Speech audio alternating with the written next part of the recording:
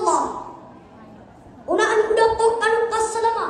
Sagianan kun aba ana ussalam na umani minta rasul na makakikilala isok na betutu na ya. Umian paman tukan tanusik ku Allah. Asuti manuti suti abu penuti ku patut absuti. Asyuhu yansuk pangalut tanu Muhammad sallallahu alaihi wasallam. Sakiang gudanan satuan umian ulung kekabia usurga. Sabakas sasa ibarat sekanyan sapalintaan asindaw. Aki asindaw wanian angkayang yasin kuasakan.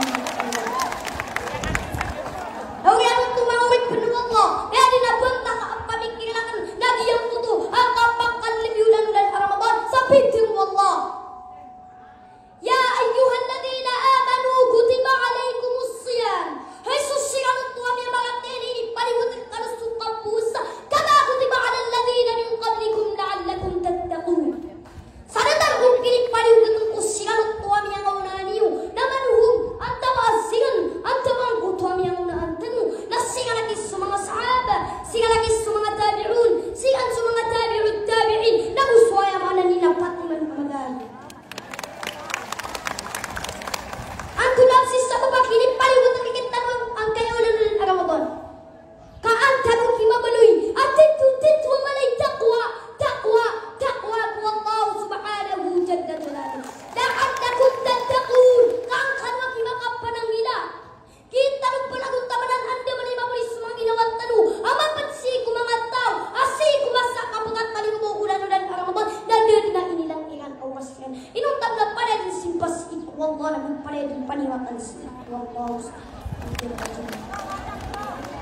Berilah kata wisukat teruna bintang Muhammad sallallahu alaihi wasallam. Aman qama Ramadanan imanan wa ihtisaban ghufira lahu ma taqaddama min dhanbi. Saling satau ay pamayan diriyan sulan-ulan Ramadan sa imanan pagatian si Allah wa ihtisaban sa rapiang kubala su Allah na ghufira lahu ma taqaddama min dhanbi. Wa fi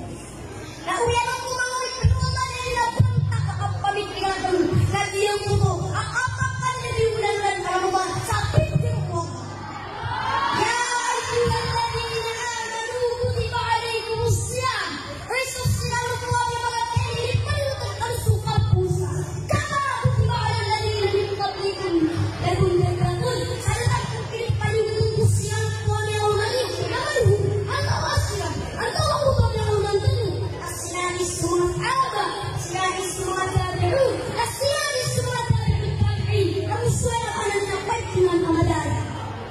Aku bersama dengan kita mungkin Ramadan. Kaan kamu kembali. Hati itu kembali takwa, takwa, takwa Allah Subhanahu wa Ta'ala.